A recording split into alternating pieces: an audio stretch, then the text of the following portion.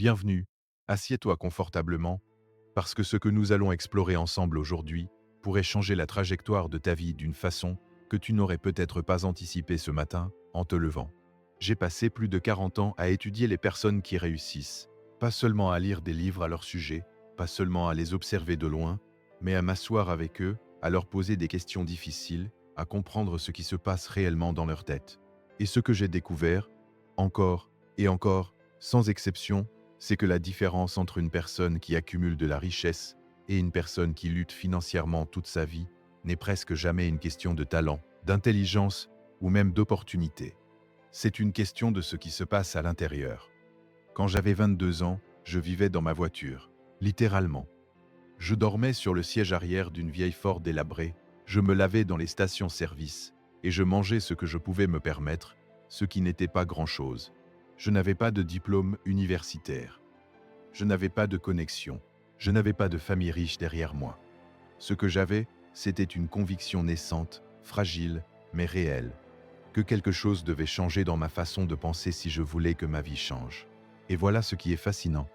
Cette prise de conscience, ce moment où j'ai compris que le problème n'était pas dehors, mais dedans, c'est précisément le moment où tout a commencé à se transformer. Aujourd'hui, je veux te partager ce que j'ai appris. Pas des théories abstraites, pas des formules magiques, mais des principes profonds, souvent contre-intuitifs, que les personnes vraiment prospères comprennent et appliquent, et que la grande majorité des gens n'apprennent malheureusement jamais. Alors commençons par le commencement, par quelque chose que personne ne t'a probablement jamais dit clairement. Il y a quelques années, j'animais un séminaire à Toronto. Dans la salle, il y avait environ 300 personnes. Des entrepreneurs, des employés, des professionnels. À un moment, j'ai demandé à tout le monde de fermer les yeux et de penser à leur relation avec l'argent. Pas à leur situation financière, mais à leur relation avec l'argent, comme s'il s'agissait d'une personne, quelqu'un qu'ils connaissent. Quand j'ai demandé à quelques personnes de décrire cette relation à voix haute, les réponses ont été révélatrices. Certains ont dit que l'argent était quelque chose qui leur glissait toujours entre les doigts. D'autres ont dit que l'argent était un étranger, quelqu'un qu'ils croisaient parfois, mais qui ne restait jamais longtemps. Un homme, un entrepreneur d'une quarantaine d'années, a dit quelque chose qui a figé toute la salle. Il a dit que l'argent était pour lui comme un parent absent. Toujours espéré, jamais vraiment là. Ce que cet exercice révèle, c'est quelque chose d'extraordinairement important. Chacun de nous a développé, depuis l'enfance, un système de croyances autour de l'argent. Ces croyances sont profondément enfouies. Elles sont souvent invisibles. Et pourtant, elles gouvernent chaque décision financière que tu prends, chaque fois que tu dépenses, chaque fois que tu épargnes, chaque fois que tu refuses une opportunité ou que tu t'en approches avec enthousiasme. Les psychologues appellent ça le script financier. C'est le programme qui tourne en arrière-plan de ton esprit, 24 heures sur 24, 7 jours sur 7, et la plupart des gens ne savent même pas qu'il existe. Voici comment il se forme. Quand tu étais enfant, tu observais tes parents parler d'argent. Tu entendais des phrases comme « l'argent ne pousse pas dans les arbres »,« les gens riches sont des gens malhonnêtes »,« nous ne sommes pas des gens riches »,« nous, l'argent c'est le mal », ou à l'opposé, « l'argent c'est la liberté ». Si tu travailles dur, tu seras récompensé. Ces phrases, répétées des centaines de fois dans ton environnement, ont été gravées dans ton subconscient comme des vérités fondamentales sur la réalité. Et voici le problème. Le subconscient ne fait pas la différence entre une vérité utile et une croyance limitante. Il enregistre tout avec la même neutralité. Et ensuite, il passe sa vie entière à confirmer ce qu'il a enregistré. Si tu crois profondément, même inconsciemment, que les gens riches sont malhonnêtes, ton cerveau va systématiquement saboter tes efforts pour devenir riche. Parce qu'être riche signifierait être malhonnête. Et tu ne veux pas être malhonnête. Donc inconsciemment, tu vas trouver des façons de rester dans ta zone de confort financière, même si consciemment tu travailles dur et tu veux réussir. C'est ce que j'appelle le thermostat financier. Chaque personne a une température financière interne. Un niveau de revenu, de richesse, de confort matériel qui lui semble normal. Et tout comme un thermata régule la température d'une pièce, ton thermata financier régule ton niveau de richesse. Si tu gagnes plus que ta température interne, tu vas inconsciemment trouver des façons de dépenser cet excédent, de le perdre, de le donner, jusqu'à revenir à ton niveau normal. Et si tu gagnes moins, tu vas te retrouver motivé, poussé, presque forcé à travailler plus pour remonter à ta température habituelle. C'est pourquoi des études montrent que la grande majorité des gagnants de loterie, des gens qui ont reçu des millions du jour au lendemain, se retrouvent dans la même situation financière, ou pire 5 ans plus tard. Ce n'est pas parce qu'ils sont stupides. C'est parce que leur thermostat tarn n'a pas changé. Ils ont reçu l'argent, mais leur programmation n'était pas alignée avec ce niveau de richesse. Alors le système a tout ramené à la normale. La première chose à faire, donc la toute première chose, c'est de remonter à la source de ta programmation financière. Pas pour blâmer tes parents ou ton environnement. Ils ont fait de leur mieux avec ce qu'ils avaient. Mais pour comprendre, avec lucidité et sans jugement, quelles croyances tu portes sur l'argent et lesquelles te servent. Voici un exercice que je te suggère de faire ce soir. Prends une feuille de papier. Écris en haut « L'argent », c'est ensuite. Écris les 10 premières choses qui te viennent à l'esprit, sans filtrer, sans censurer, juste les premières pensées. Tu seras peut-être surpris de ce que tu découvres. Maintenant, parlons de quelque chose que j'observe constamment dans mes séminaires et qui explique une grande partie des difficultés financières des gens. Il y a une distinction fondamentale que les personnes prospères comprennent intuitivement et que les autres n'ont souvent jamais entendu formuler clairement. C'est la distinction entre la mentalité de rareté et la mentalité d'abondance. Ces deux mots ont été tellement utilisés dans le monde du développement personnel qu'ils ont perdu leur impact. Alors, laisse-moi te les expliquer de façon concrète avec des exemples de la vraie vie. Un de mes étudiants, appelons-le Marc, était directeur commercial dans une entreprise de taille moyenne. Il gagnait bien sa vie, mais il vivait dans une anxiété financière constante. Chaque dépense le stressait, chaque opportunité d'investissement lui semblait risquée. Il voyait les succès de ses collègues non pas comme une source d'inspiration, mais comme une menace. Si son collègue obtenait une promotion, Marc se sentait diminué. Si un ami achetait une belle voiture, Marc ressentait un mélange d'envie et d'amertume. Quand je lui ai demandé pourquoi, il m'a dit quelque chose de très révélateur. C'est parce qu'il y a une quantité limitée de succès dans le monde. Si quelqu'un en prend plus, il en reste moins pour les autres. C'est exactement la mentalité de rareté. C'est l'idée que la richesse, le succès, les opportunités sont comme un gâteau de taille fixe. Si quelqu'un prend une grande part, il en reste moins pour toi. Et voici ce qui est fascinant. Cette croyance est factuellement fausse, mais elle est émotionnellement très puissante. Et parce qu'elle est émotionnellement puissante, elle influence le comportement bien plus que la réalité factuelle. La personne avec une mentalité de rareté va éviter de partager ses connaissances, parce qu'elle a peur que les autres la dépassent. Elle va hésiter à investir, parce qu'elle a peur de perdre ce qu'elle a.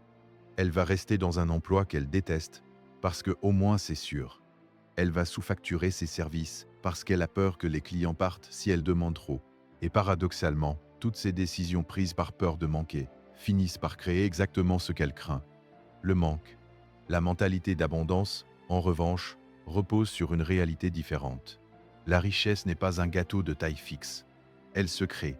Chaque jour, de nouvelles entreprises naissent.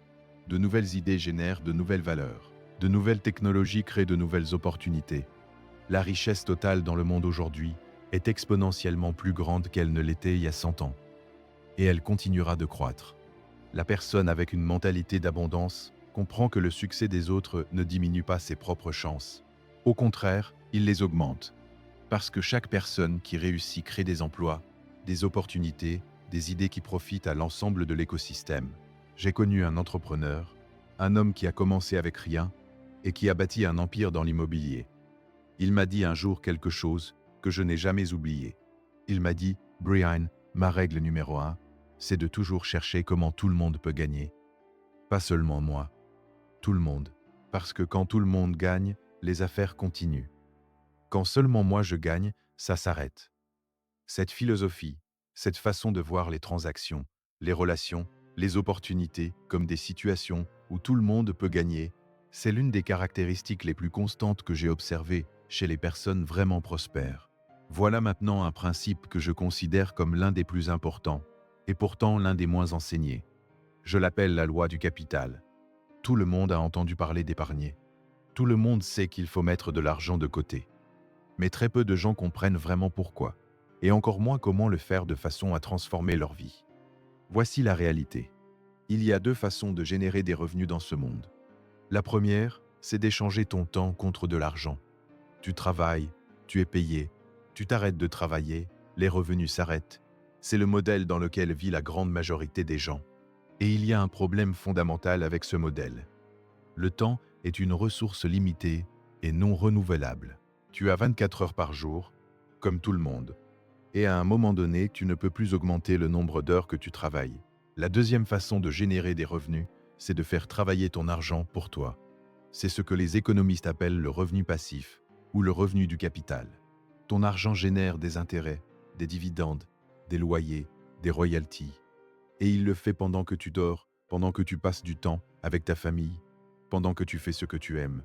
La question n'est pas de savoir laquelle de ces deux façons est meilleure. Les deux sont nécessaires, surtout au début. La question est de savoir combien de temps tu vas rester dans la première catégorie avant de commencer à construire la deuxième. Et voici où ça devient vraiment intéressant. Il y a un concept en mathématiques financières qui s'appelle les intérêts composés. Albert Einstein l'aurait appelé la 8e merveille du monde. Je ne sais pas s'il l'a vraiment dit, mais le principe, lui, est absolument réel et absolument révolutionnaire. Voici comment ça fonctionne. Si tu investis 1000 euros à un taux de rendement annuel de 10%, au bout d'un an, tu as 1100 euros. Pas extraordinaire. Mais au bout de 10 ans, tu as 2594 euros. Au bout de 20 ans, 6727 euros. Au bout de 30 ans, 17 449 euros. Au bout de 40 ans, 45 259 euros. Tu as commencé avec 1000 euros, 40 ans plus tard, sans rien ajouter, tu as 45 fois plus. C'est la magie des intérêts composés. Et si tu ajoutes régulièrement à cet investissement, les chiffres deviennent véritablement extraordinaires. Mais voici le problème. La plupart des gens comprennent ce principe intellectuellement et ne l'appliquent pas. Pourquoi ? Parce que les intérêts composés exigent quelque chose que notre cerveau trouve naturellement difficile. La patience et la discipline à long terme. Notre cerveau est câblé pour le court terme. C'est une question de survie évolutive. Nos ancêtres devaient penser à la menace immédiate, à la nourriture d'aujourd'hui, pas à ce qui se passerait dans 40 ans. Ce biais vers le court terme est profondément ancré en nous. Et il est l'ennemi numéro 1 de la construction de richesse. La personne prospère a appris à surmonter ce biais. Elle a développé ce que j'appelle la vision temporelle étendue. Elle prend des décisions aujourd'hui en pensant à leur impact dans 5 ans, 10 ans, 20 ans. Elle est capable de résister à la gratification immédiate pour obtenir une récompense future bien plus grande. Un de mes mentors, un homme qui avait bâti une fortune considérable dans les affaires, m'a dit un jour « Brian, chaque décision financière que tu prends, demande-toi, est-ce que cette décision me rapproche ou m'éloigne de la liberté financière dans 10 ans ?» Cette simple question, appliquée systématiquement, peut transformer complètement tes habitudes financières. Parlons maintenant d'un sujet qui fait peur à beaucoup de gens, mais qui est absolument central dans la construction de richesse. Le risque. J'ai observé quelque chose de paradoxal au fil de mes années d'enseignement. Les gens qui ont peur du risque et qui évitent à tout prix de perdre de l'argent finissent souvent par perdre bien plus que ceux qui acceptent un risque calculé. Pourquoi ? Parce qu'en évitant le risque, ils évitent aussi la croissance. Ils gardent leur argent dans des comptes d'épargne qui rapportent moins que l'inflation, ce qui signifie qu'ils perdent du pouvoir d'achat chaque année. Ils restent dans des emplois sous-payés parce que changer de travail semble risqué. Ils n'investissent jamais dans leur propre développement parce que dépenser de l'argent pour apprendre leur semble une dépense, pas un investissement. Le risque zéro est une illusion. Tout ce que tu fais comporte un risque. La question n'est pas d'éviter le risque. La question est de gérer le risque intelligemment. Les personnes prospères que j'ai étudiées ne sont pas des preneurs de risques imprudents. Ce ne sont pas des joueurs. Ce sont des personnes qui ont appris à évaluer le risque avec clarté, à comprendre ce qu'elles peuvent perdre au pire des cas, à se préparer à cette éventualité, et ensuite à prendre une décision éclairée. Warren Buffett, l'un des investisseurs les plus prospères de l'histoire, a 2 règles d'investissement. La première, ne jamais perdre d'argent. La deuxième, ne jamais oublier la première règle. Beaucoup de gens citent cette règle comme une preuve que les gens riches évitent le risque.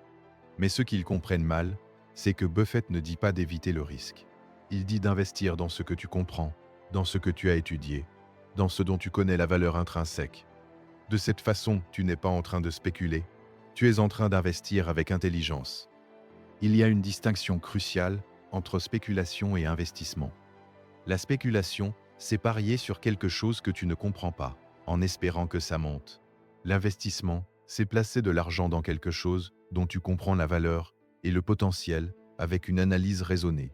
Je rencontre beaucoup de gens qui ont perdu de l'argent en bourse et qui me disent que la bourse est trop risquée. Mais quand je leur pose des questions, je découvre qu'ils avaient acheté des actions dont ils ne savaient rien, parce qu'un ami leur avait dit que ça allait monter. Ce n'est pas de l'investissement, c'est de la spéculation. Et la spéculation a un taux d'échec très élevé, non pas parce que les marchés sont dangereux, mais parce que l'ignorance est dangereuse. La règle d'or que j'enseigne depuis des décennies: n'investis jamais dans quelque chose que tu ne comprends pas. Avant d'investir, étudie. Comprends le business model. Comprends comment l'investissement génère de la valeur. Comprends les risques spécifiques. Et ensuite, prends une décision éclairée. Je veux maintenant te parler de quelque chose que j'appelle l'équation de la valeur. C'est l'un des principes les plus transformateurs que j'ai jamais découvert, et il est d'une simplicité déconcertante. Voici l'équation: la richesse que tu accumules est directement proportionnelle à la valeur que tu crées pour les autres. C'est tout. C'est aussi simple que ça. Et pourtant, c'est une idée que beaucoup de gens ne comprennent pas vraiment dans ses implications profondes. Il y a des années, j'étais en train de dîner avec un groupe d'entrepreneurs très prospères à San Francisco. L'un d'eux, un homme qui avait fondé plusieurs entreprises technologiques, a dit quelque chose qui a changé ma façon de voir les choses. Il a dit: je ne pense jamais à gagner de l'argent. Je pense à résoudre des problèmes. Et plus le problème que je résous est grand, plus les gens sont prêts à me payer pour la solution. C'est exactement l'équation de la valeur en action. Pense à n'importe quelle personne très riche que tu connais ou dont tu as entendu parler. Qu'est-ce qu'elle fait? Elle résout des problèmes à grande échelle. Steve Jobs a résolu le problème de la complexité technologique en créant des appareils intuitifs que tout le monde pouvait utiliser. Elon Musk résout le problème de la dépendance aux énergies fossiles et de l'accès à l'espace. Les grands médecins, les grands avocats, les grands entrepreneurs, tous ont en commun d'avoir identifié un problème que les gens ont et d'avoir développé une solution pour laquelle les gens sont prêts à payer. Maintenant, voici la question que je te pose: quel problème résous-tu? Et pour combien de personnes le résous-tu? Parce que voilà la réalité mathématique. Si tu résous un problème pour 10 personnes, tu peux gagner modestement. Si tu résous le même problème pour 1000 personnes, tu peux gagner confortablement. Si tu résous le même problème pour 1 million de personnes, tu peux devenir riche. Et si tu résous un problème fondamental pour des dizaines ou des centaines de millions de personnes, tu peux devenir extraordinairement prospère. C'est pourquoi Internet a créé autant de richesses en si peu de temps. Il a multiplié exponentiellement le nombre de personnes qu'un individu peut atteindre et servir. Un entrepreneur qui aurait pu servir 1000 clients dans sa ville peut maintenant potentiellement servir des millions de personnes dans le monde entier. Mais attention, l'équation de la valeur ne fonctionne que si tu crées de la vraie valeur. Pas de la valeur perçue. Pas de la valeur artificiellement gonflée. De la vraie valeur. Des solutions qui améliorent réellement la vie des gens. Et ça exige quelque chose que beaucoup de gens sous-estiment: la connaissance approfondie des besoins de ceux que tu veux servir. L'une des erreurs les plus communes que je vois chez les entrepreneurs qui échouent, c'est de créer un produit ou un service qu'ils pensent être extraordinaire, sans avoir vérifié si les gens en ont réellement besoin et sont prêts à payer pour ça. Ils tombent amoureux de leur idée plutôt que de tomber amoureux du problème qu'ils veulent résoudre. Les entrepreneurs prospères, eux, commencent par le problème. Ils passent des heures à observer, à écouter, à comprendre les frustrations, les besoins, les désirs de leurs clients potentiels. Et ensuite, ils créent une solution qui répond précisément à ces besoins. Voici maintenant quelque chose qui va peut-être te surprendre. L'un des plus grands obstacles à la richesse n'est pas le manque d'argent, ni le manque d'opportunités, ni même le manque de talent. C'est quelque chose de beaucoup plus subtil. C'est la façon dont tu utilises ton temps. J'ai étudié les habitudes de centaines de millionnaires et de milliardaires au fil des années. Et l'une des différences les plus frappantes entre eux et les gens qui luttent financièrement, c'est leur relation avec le temps. Les personnes prospères traitent le temps comme la ressource la plus précieuse qu'elles possèdent. Elles savent que l'argent perdu peut être récupéré, mais le temps perdu ne peut jamais être récupéré. Jamais. Il y a un concept que j'enseigne depuis longtemps et que j'appelle la valeur horaire. Voici comment ça fonctionne.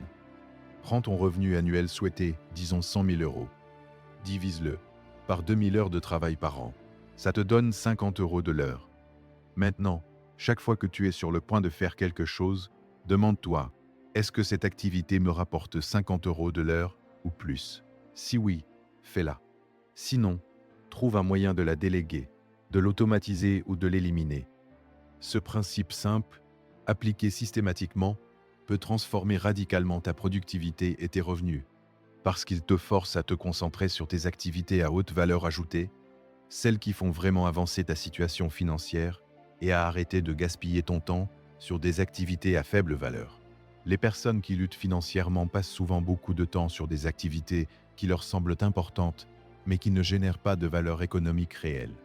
Elles passent des heures sur les réseaux sociaux. Elles regardent la télévision pendant des heures chaque soir. Elles s'occupent de tâches administratives qu'elles pourraient facilement déléguer. Et pendant ce temps, leurs activités à haute valeur ajoutée, celles qui pourraient vraiment changer leur situation, sont constamment repoussées. Je ne dis pas que le repos est inutile. Au contraire, le repos est essentiel. Mais il y a une différence entre se reposer consciemment pour récupérer et performer mieux, et se distraire inconsciemment pour éviter les activités difficiles mais importantes. Les psychologues ont un terme pour ça. La procrastination productive, c'est le fait de s'occuper d'activités secondaires, parfois même utiles en apparence, pour éviter de faire ce qui est vraiment important, mais difficile ou inconfortable. L'une des habitudes les plus puissantes que j'ai jamais développées, et que j'enseigne à tous mes étudiants, s'appelle la règle de la grenouille. Elle vient d'un dicton qui dit « Si tu dois manger une grenouille, mange-la le matin ». Identifie chaque soir la tâche la plus importante, la plus difficile, celle qui a le plus grand impact sur tes objectifs, et fais-la en premier le lendemain matin, avant de faire quoi que ce soit d'autre.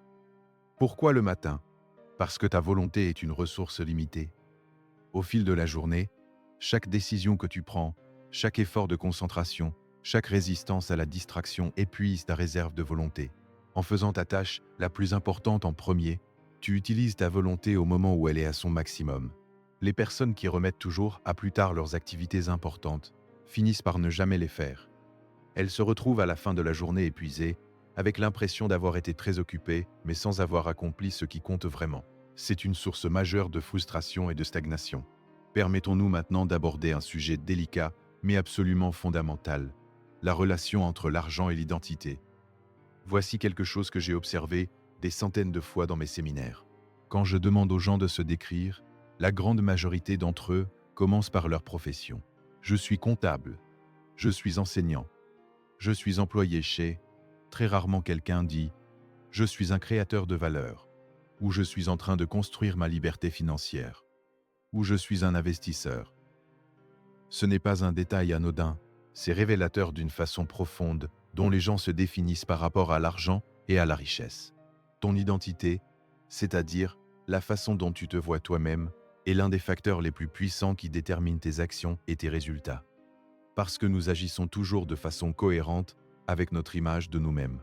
Si tu te vois comme quelqu'un qui n'est pas bon avec l'argent, tu vas agir de façon à confirmer cette image. Si tu te vois comme quelqu'un qui est naturellement attiré par la richesse et la prospérité, tu vas agir différemment. Les psychologues appellent ça la cohérence identitaire. Notre cerveau déteste l'incohérence. Il va faire tout ce qui est en son pouvoir pour que nos actions correspondent à notre image de nous-mêmes. C'est pourquoi changer ses habitudes financières sans changer son identité est si difficile.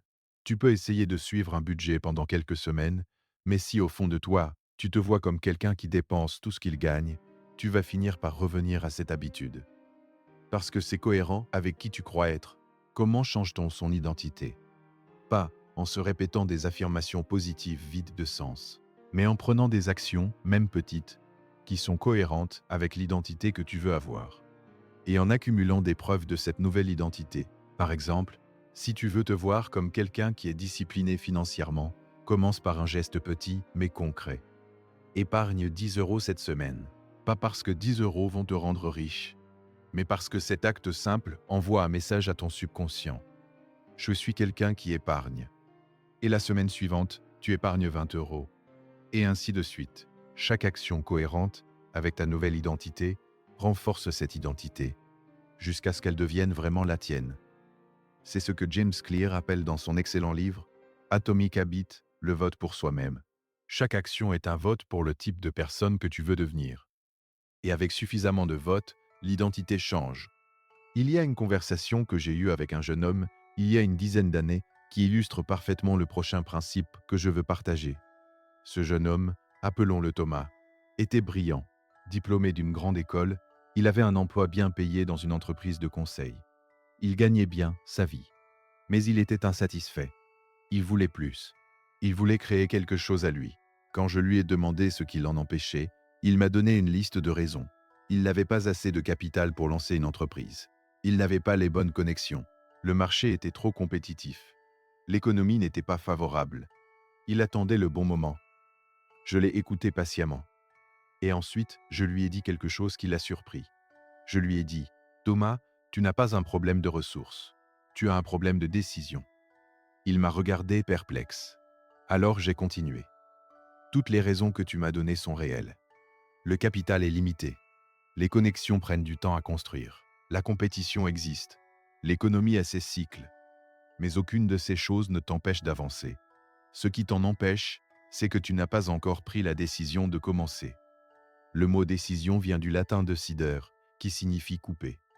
Prendre une décision, c'est couper toutes les autres options. C'est s'engager. Et l'engagement est quelque chose que beaucoup de gens évitent, parce que l'engagement implique la responsabilité. Si tu t'engages et que tu échoues, tu ne peux plus blâmer les circonstances. Tu dois assumer. Et c'est précisément pourquoi beaucoup de gens restent dans un état d'attente perpétuel. Ils attendent le bon moment, les bonnes conditions, le bon signal. Mais le bon moment n'arrive jamais, parce que les conditions parfaites n'existent pas. Il y aura toujours une raison d'attendre. Les personnes prospères que j'ai étudiées ont toutes en commun une capacité à prendre des décisions rapidement et à les réviser lentement.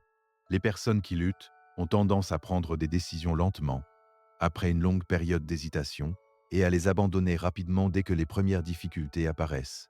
Cette observation vient de Napoleon Hill, qui a passé 20 ans à étudier les personnes les plus prospères de son époque. Et elle reste vraie aujourd'hui. Pourquoi les personnes prospères hésitent-elles rapidement? Parce qu'elles ont une vision claire de leurs objectifs et de leurs valeurs.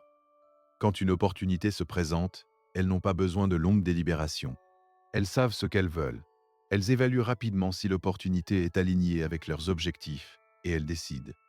Et pourquoi changent-elles lentement d'avis? Parce qu'elles comprennent que la constance est une valeur en soi. Changer de direction à chaque obstacle, c'est ne jamais aller nulle part. Les grandes réalisations exigent de la persistance face à l'adversité. Thomas, d'ailleurs, a finalement pris sa décision. Il a lancé son entreprise. Il a traversé des moments difficiles. Il y a eu des moments où il voulait tout abandonner, mais il avait pris une décision, une vraie décision. Et il s'y est tenu. Aujourd'hui, son entreprise emploie une quarantaine de personnes et il est financièrement libre. Pas parce que les circonstances étaient parfaites. Elles ne l'ont jamais été, mais parce qu'il a décidé d'avancer malgré elles. Voici maintenant un principe que je considère comme l'un des plus contre-intuitifs et pourtant l'un des plus puissants. La loi de la réciprocité dans le contexte de la richesse. La grande majorité des gens pensent à l'argent comme à quelque chose qu'on accumule en gardant, en retenant, en protégeant. Et il y a une part de vérité là-dedans. La discipline financière, l'épargne, l'investissement sont essentiels. Mais il y a une dimension de la richesse que cette vision ignore complètement. J'ai remarqué, dans mes décennies d'observation des personnes prospères, que les plus grandes fortunes sont presque toujours associées à une générosité remarquable. Ce n'est pas un hasard, ce n'est pas une coïncidence. Voici comment je comprends ce phénomène. Quand tu donnes, quand tu partages ta valeur, tes connaissances, ton temps, ton argent, tu envoies un signal puissant à ton subconscient. J'ai assez, je suis dans l'abondance. Et ce signal, répété régulièrement, renforce la mentalité d'abondance que nous avons évoquée plus tôt. Mais il y a aussi une dimension pratique et concrète. Quand tu donnes de la valeur aux autres, tu crées des liens. Tu construis une réputation. Tu génères de la confiance. Et dans le monde des affaires, la confiance est la monnaie la plus précieuse qui existe. J'ai connu des entrepreneurs qui passaient des années à essayer de construire leur réseau en allant à des événements de networking, en distribuant des cartes de visite, en faisant du marketing agressif. Et leurs résultats étaient médiocres. Et j'ai connu d'autres entrepreneurs qui passaient leur temps à aider les autres, à partager leurs connaissances gratuitement, à connecter des personnes qui pourraient se bénéficier mutuellement. Et ces derniers avaient des réseaux extraordinairement puissants, des opportunités qui semblaient arriver comme par magie, et des affaires florissantes. La différence, les premiers prenaient, les seconds donnaient, et paradoxalement, ceux qui donnaient recevaient bien plus. Ce principe est ancré dans la psychologie humaine fondamentale. Quand quelqu'un nous aide, nous ressentons une envie naturelle de lui rendre l'appareil. Quand quelqu'un nous donne de la valeur sans rien demander en retour, nous lui faisons confiance, et nous voulons faire des affaires avec des gens en qui nous avons confiance. Je ne dis pas de donner de façon naïve ou sans discernement. Je ne dis pas de donner jusqu'à t'épuiser. Ce que je dis, c'est d'adopter une philosophie de générosité stratégique. Cherche systématiquement des façons d'apporter de la valeur aux gens de ton entourage, à tes clients, à tes partenaires, à ta communauté. Et fais-le de façon authentique, parce que tu crois vraiment que créer de la valeur pour les autres est la meilleure façon de créer de la valeur pour toi-même. Parlons maintenant d'un concept que j'appelle l'investissement en soi-même, et qui est peut-être le retour sur investissement le plus élevé qui existe. Il y a une statistique qui m'a toujours frappé.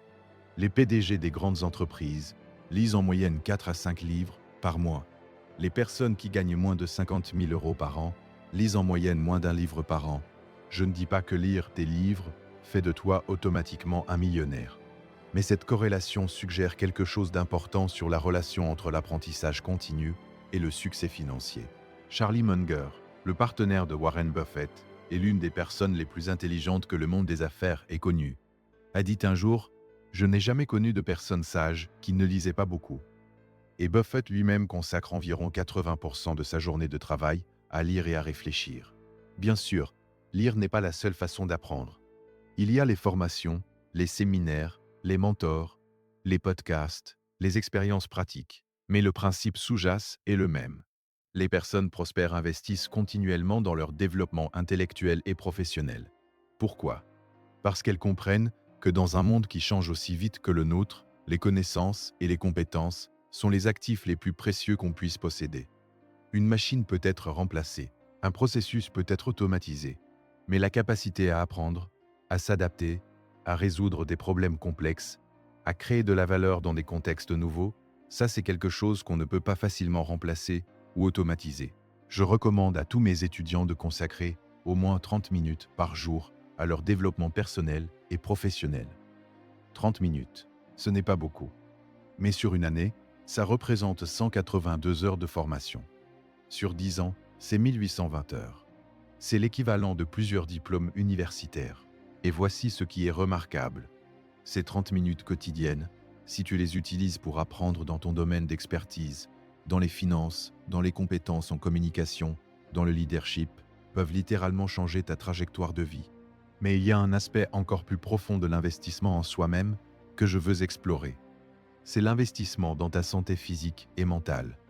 J'ai vu trop de personnes sacrifier leur santé pour accumuler de la richesse, pour se retrouver ensuite à dépenser toute leur richesse, pour essayer de récupérer leur santé. C'est une équation perdante. Les recherches sur la performance humaine montrent clairement que les personnes qui dorment suffisamment, qui font de l'exercice régulièrement, qui gèrent bien leur stress et qui maintiennent des relations sociales de qualité sont significativement plus productives, plus créatives et prennent de meilleures décisions que celles qui négligent ces aspects. Ton corps et ton esprit sont les outils avec lesquels tu crées de la valeur. Prendre soin d'eux n'est pas un luxe, c'est un investissement dans ta capacité à performer au plus haut niveau. Il y a un phénomène que j'observe régulièrement et qui mérite qu'on s'y arrête. C'est ce que j'appelle le paradoxe de la complexité. Beaucoup de gens pensent que pour réussir financièrement, il faut maîtriser des stratégies complexes, des instruments financiers sophistiqués, des tactiques d'investissement élaborées. Ils cherchent le secret, la formule magique, l'astuce que les riches connaissent et qu'ils cachent aux autres. Et cette recherche de complexité les paralyse. Parce que plus c'est complexe, plus c'est intimidant. Plus c'est intimidant, plus on procrastine. Et pendant qu'on procrastine, le temps passe et les intérêts composés ne travaillent pas pour toi. La vérité, que j'ai découverte après des décennies d'études et d'observations, c'est que les principes fondamentaux de la construction de richesse sont d'une simplicité désarmante. Ils ne sont pas faciles à appliquer, mais ils sont simples à comprendre. Gagne plus que tu ne dépenses, épargne la différence, investis régulièrement dans des actifs qui génèrent des revenus. Continue à apprendre et à créer de la valeur. Sois patient. C'est essentiellement ça. Bien sûr, il y a des nuances, des stratégies spécifiques, des optimisations fiscales, des choix d'investissement à faire. Mais la base est simple. Le problème n'est pas que les gens ne savent pas quoi faire. La plupart des gens savent qu'il faut épargner, qu'il ne faut pas s'endetter pour des choses qui perdent de la valeur, qu'il faut investir. Le problème, c'est qu'ils ne le font pas. Et ils ne le font pas à cause de tout ce dont nous avons parlé jusqu'ici. Les croyances limitantes, la mentalité de rareté, la procrastination, le biais vers le court terme. C'est pourquoi la mentalité est plus importante que la stratégie. Une bonne stratégie appliquée de façon inconstante par quelqu'un avec une mauvaise mentalité donnera de mauvais résultats. Une stratégie basique, appliquée avec discipline et constance par quelqu'un avec une bonne mentalité donnera d'excellents résultats. Je veux maintenant te parler de quelque chose que j'appelle le cercle des cercles des cercles. C'est un principe que Jim Rohn, l'un de mes mentors, m'a enseigné il y a de nombreuses années et qui s'est révélé d'une précision remarquable. Jim disait « Tu es la moyenne des 5 personnes avec lesquelles tu passes le plus de temps ». Au début, quand j'ai entendu ça, je l'ai trouvé un peu simpliste. Mais plus j'ai observé les gens autour de moi, plus j'ai réalisé que c'est profondément vrai. Nous sommes des êtres sociaux, nous absorbons les attitudes, les croyances, les habitudes, les niveaux d'ambition de ceux qui nous entourent, souvent sans même nous en rendre compte. Si tu passes la majorité de ton temps avec des personnes qui se plaignent constamment, qui voient les obstacles partout, qui n'ont pas d'ambition financière, qui dépensent tout ce qu'elles gagnent, ces attitudes vont progressivement contaminer ta façon de penser. À l'inverse, si tu passes du temps avec des personnes ambitieuses, disciplinées, qui pensent à long terme, qui investissent dans leur développement, tu vas naturellement absorber ces attitudes et ces habitudes. Je ne dis pas de couper les liens avec tous ceux qui ne sont pas millionnaires. Ce serait absurde et inhumain. Mais je dis d'être intentionnel dans le choix de tes relations les plus proches et de chercher activement à te connecter avec des personnes qui ont le niveau de succès et la mentalité que tu aspires à avoir. Comment trouver ces personnes? Plusieurs façons. Les livres sont l'une des plus accessibles. Quand tu lis le livre d'un entrepreneur prospère, tu passes du temps dans sa façon de penser. Les séminaires, les conférences, les groupes de mastermind sont d'autres façons de te connecter avec des personnes ambitieuses. Les mentors sont peut-être la ressource la plus précieuse de toutes. J'ai eu la chance d'avoir plusieurs mentors extraordinaires dans ma vie. Des hommes et des femmes qui avaient accompli ce que je voulais accomplir et qui étaient prêts à partager leurs connaissances et leurs expériences. Ces relations ont eu un impact incalculable sur ma trajectoire. Si tu n'as pas de mentor, cherche-en. Identifie des personnes qui ont réussi dans le domaine où tu veux réussir. Approche-les avec humilité et respect. Montre-leur que tu es sérieux, que tu as fait tes devoirs, que tu es prêt à apprendre et à appliquer ce qu'on t'enseigne. La plupart des personnes prospères sont prêtes à aider ceux qui montrent une vraie volonté d'apprendre. Nous avons parlé de beaucoup de choses importantes jusqu'ici. La programmation financière, la mentalité d'abondance, les intérêts composés, la valeur horaire, l'identité, les décisions, la générosité, l'apprentissage continu, le cercle social. Maintenant, je veux aborder quelque chose que beaucoup de gens évitent parce que c'est inconfortable, l'échec. Il y a une phrase que j'ai dite et répétée des milliers de fois dans mes séminaires et que je continue de croire profondément. Chaque grand succès est précédé par de nombreux échecs. Ce n'est pas une platitude. C'est une réalité empirique. Regarde n'importe quelle personne qui a accompli quelque chose de significatif. Tu trouveras, inévitablement, derrière le succès visible, une longue série d'échecs, de rejets, de revers, d'erreurs. Thomas Edison a échoué des milliers de fois avant de réussir à créer une ampoule fonctionnelle. Walt Disney a été licencié d'un journal parce que son éditeur pensait qu'il manquait d'imagination. J.K. Rowling a été rejeté par 12 maisons d'édition avant que Harry Potter soit publié. Steve Jobs a été viré de l'entreprise qu'il avait lui-même fondée. Ces histoires ne sont pas des exceptions. Elles sont la règle. Le chemin vers le succès passe presque toujours par l'échec. Alors pourquoi l'échec est-il si important? Parce qu'il enseigne. Chaque échec, si tu l'analyses avec honnêteté et sans te flageller, te donne des informations précieuses. Il te montre ce qui ne fonctionne pas. Il te force à réévaluer tes hypothèses. Il te donne une résilience que le succès facile ne peut jamais te donner. Les personnes prospères ont une relation fondamentalement différente avec l'échec. Elles ne le voient pas comme une preuve de leur incompétence ou de leur indignité. Elles le voient comme un feedback, une information, une étape sur le chemin du succès. Henry Ford a dit. L'échec est simplement l'opportunité de recommencer, cette fois plus intelligemment. Et c'est exactement comme ça que les personnes prospères le vivent. Mais voici le paradoxe. La peur de l'échec est l'une des principales raisons pour lesquelles les gens n'essaient pas. Et ne pas essayer garantit l'échec. Pas l'échec temporaire et instructif dont nous parlons, mais l'échec permanent de ne jamais avoir tenté. Je préfère essayer et échouer 10 fois plutôt que de ne jamais essayer et vivre avec le regret de ce qui aurait pu être. Parce que le regret est beaucoup plus lourd à porter que l'échec. Voici maintenant un principe que j'appelle la discipline de l'auto-investissement prioritaire. Et c'est l'un des principes pratiques les plus transformateurs que je connaisse. La plupart des gens suivent ce schéma financier, ils gagnent de l'argent, ils paient leurs factures, ils dépensent ce qu'il leur reste, et si par chance il reste quelque chose à la fin du mois, ils l'épargnent. Mais dans la pratique, il ne reste presque jamais rien. Les personnes prospères suivent un schéma complètement différent. Elles gagnent de l'argent, elles s'épargnent d'abord un pourcentage fixe, et ensuite elles vivent avec le reste. C'est ce que Georges Clason appelle dans son livre classique « L'homme le plus riche de Babylone ». Paie-toi d'abord, c'est un principe vieux de plusieurs millénaires, et il reste aussi vrai aujourd'hui qu'il l'était dans l'Antiquité. Quel pourcentage épargner? La règle générale que je recommande est de commencer par 10%. Si ça te semble trop, commence par 5%. L'important n'est pas le pourcentage exact au départ.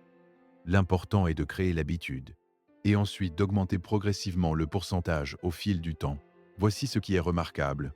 Quand tu épargnes d'abord avant de dépenser, tu t'adaptes naturellement à vivre avec le reste. Ton niveau de vie s'ajuste, et tu ne ressens pas cette épargne comme une privation, parce que tu ne l'as jamais eue dans tes mains. Mais quand tu essaies d'épargner ce qui reste à la fin du mois, il ne reste presque jamais rien, parce que les dépenses ont tendance à occuper tout l'espace disponible. C'est ce que les économistes appellent la loi de Parkinson. Appliquée aux finances, les dépenses s'étendent pour remplir les revenus disponibles. En automatisant ton épargne, en la faisant sortir de ton compte, courant le jour même où ton salaire arrive, tu contournes ce mécanisme. Tu ne peux pas dépenser ce que tu n'as pas. Il y a une dimension de la richesse que j'ai laissée pour la fin, et c'est peut-être la plus importante de toutes. C'est la question du pourquoi. Pourquoi veux-tu être riche? Cette question semble simple, mais les réponses superficielles, pour avoir une belle voiture, pour voyager, pour ne plus avoir de soucis d'argent, ne sont pas les vraies réponses. Ce sont des symptômes. Ce sont des manifestations de quelque chose de plus profond. Dans mes années d'enseignement, j'ai posé cette question à des milliers de personnes. Et quand je les pousse à aller plus loin, à creuser sous les réponses de surface, je trouve presque toujours les mêmes thèmes fondamentaux. La liberté, la sécurité, la capacité à prendre soin de ceux qu'on aime, la possibilité de contribuer à quelque chose de plus grand que soi. Et voici ce qui est fascinant. Ces motivations profondes sont bien plus puissantes que les motiver pendant quelques semaines, superficielles. Une belle voiture peut motiver pendant quelques semaines, mais la liberté, la sécurité, l'amour de sa famille, la contribution à sa communauté, ces motivations peuvent soutenir des années d'efforts et de discipline. Les personnes qui réussissent le mieux financièrement, dans ma longue expérience, ne sont pas celles qui sont obsédées par l'argent, pour l'argent lui-même. Ce sont celles qui ont une vision claire de ce que l'argent leur permettra de faire, d'être et de contribuer. L'argent est un outil pour elles, un moyen vers une fin qui les inspire profondément. Et cette vision, ce pourquoi profond, est ce qui les maintient sur la route quand les choses deviennent difficiles, quand les marchés baissent, quand les affaires ralentissent, quand les obstacles semblent insurmontables. C'est leur vision qui les maintient en mouvement. Alors je te pose cette question et je te demande d'y réfléchir sérieusement. Qu'est-ce que tu ferais si tu avais toute la liberté financière dont tu as besoin? Pas la première réponse qui te vient. Pas la réponse que tu penses que tu devrais donner. La vraie réponse, celle qui vient de ton cœur. Parce que cette réponse, c'est ton carburant. C'est ce qui te lèvera le matin quand tu n'as pas envie. C'est ce qui te fera continuer quand tout le monde autour de toi doute. C'est ce qui transforma la discipline en passion. Approchons-nous maintenant de la conclusion. Mais avant d'y arriver, je veux aborder quelque chose qui me tient profondément à cœur et que je considère comme le fondement de tout le reste. L'intégrité. J'ai observé, dans ma longue carrière, des personnes qui ont accumulé des fortunes considérables par des moyens douteux. Des personnes qui ont trompé, manipulé, exploité les autres pour s'enrichir. Et dans presque tous les cas, cette richesse s'est avérée fragile. Elle a généré de l'anxiété, de la paranoïa, des conflits. Et souvent, elle s'est effondrée. Et j'ai observé des personnes qui ont bâti leur richesse sur des bases solides, en créant de vraies valeurs, en traitant les gens avec respect et honnêteté, en tenant leurs promesses, en construisant des relations de confiance durables. Et cette richesse-là était stable, croissante et source de satisfaction profonde. L'intégrité n'est pas seulement une valeur morale. C'est une stratégie de réussite à long terme. Parce que dans un monde interconnecté, où la réputation voyage à la vitesse de la lumière, être quelqu'un de confiance est l'un des actifs les plus précieux qu'on puisse posséder. Les personnes qui réussissent durablement ont tout en commun une intégrité sans faille. Elles font ce qu'elles disent ce qu'elles pensent. Elles traitent les autres comme elles voudraient être traitées. Et cette réputation d'intégrité leur ouvre des portes, attire des partenaires de qualité et génère une confiance qui est la base de toute relation d'affaires prospère. Il me reste un dernier principe à partager avec toi. Et c'est peut-être le plus simple et pourtant le plus difficile à appliquer, l'action immédiate. Tout ce que nous avons exploré aujourd'hui, les croyances limitantes, la mentalité d'abondance, les intérêts composés, la valeur horaire, l'identité, les décisions, la générosité, l'apprentissage, le cercle social, l'échec, l'épargne automatique, le pourquoi profond, tout cela n'a aucune valeur si tu n'agis pas. L'information sans action est du divertissement. Et le monde est plein de personnes très bien informées, qui vivent des vies médiocres parce qu'elles n'appliquent pas ce qu'elles savent. La différence entre les personnes qui réussissent et celles qui ne réussissent pas n'est presque jamais une différence de connaissance. C'est une différence d'action. Les personnes prospères agissent. Elles prennent des décisions imparfaites avec des informations incomplètes. Elles avancent, elles apprennent en faisant. Elles s'ajustent et elles continuent. Il y a un concept en physique qui s'appelle l'inertie. Un objet au repos a tendance à rester au repos. Un objet en mouvement a tendance à rester en mouvement. C'est vrai aussi pour les êtres humains. Le plus difficile, c'est de commencer. Une fois que tu es en mouvement, il est bien plus facile de continuer. Alors voici ce que je te demande. Pas demain, pas la semaine prochaine. Aujourd'hui, dans les prochaines heures, identifie une seule action concrète que tu peux prendre pour commencer à appliquer ce que tu as appris aujourd'hui. Peut-être que c'est ouvrir un compte d'épargne et y virer 10% de ton prochain salaire. Peut-être que c'est commander un livre sur l'investissement ou la finance personnelle. Peut-être que c'est écrire les 10 premières phrases qui te viennent sur ta relation avec l'argent. Peut-être que c'est prendre rendez-vous avec un conseiller financier. Peut-être que c'est identifier le problème que tu veux résoudre pour créer de la valeur. Une action concrète, aujourd'hui. Parce que cette action, aussi petite soit-elle, va envoyer un message puissant à ton subconscient. Elle va dire « Je suis sérieux. Je prends ma vie financière en main. Je commence maintenant. » Et cette décision, ce passage de l'inertie au mouvement, peut être le début de quelque chose d'extraordinaire. Je veux te laisser avec une pensée finale qui résume, à mes yeux, l'essence de tout ce que nous avons exploré ensemble. La richesse n'est pas une destination, ce n'est pas un chiffre sur un compte bancaire, ce n'est pas une maison ou une voiture ou un statut social. La richesse est un état d'esprit. C'est une façon d'être dans le monde. C'est la capacité à créer de la valeur, à maintenir des relations authentiques, à continuer d'apprendre et de grandir, à contribuer à quelque chose de plus grand que soi, et à vivre avec l'intégrité et la clarté de quelqu'un qui sait ce qu'il veut et pourquoi il le veut. Quand tu cultives cet état d'esprit, les résultats financiers suivent naturellement, pas toujours immédiatement, pas toujours de la façon que tu avais anticipée, mais ils suivent. Parce que les résultats externes sont toujours, à terme, le reflet de l'état interne. J'ai commencé cette conversation en te parlant d'un jeune homme qui dormait dans sa voiture. Ce jeune homme ne savait pas encore que sa vie allait changer. Il ne savait pas encore que les principes que nous avons explorés aujourd'hui allaient transformer sa trajectoire. Mais il avait quelque chose de précieux, la volonté de changer. La conviction que quelque chose de différent était possible et la décision d'agir. Tu as cette même volonté, tu as cette même capacité, et maintenant tu as aussi les principes. Le reste dépend de toi. Merci d'avoir été présent avec moi aujourd'hui. Prends soin de toi, prends soin de ceux que tu aimes, et rappelle-toi toujours. Ta vie ne change pas dans les moments de confort. Elle change dans les moments où tu décides d'agir malgré la peur, malgré le doute, malgré l'incertitude. C'est là que commence la vraie richesse.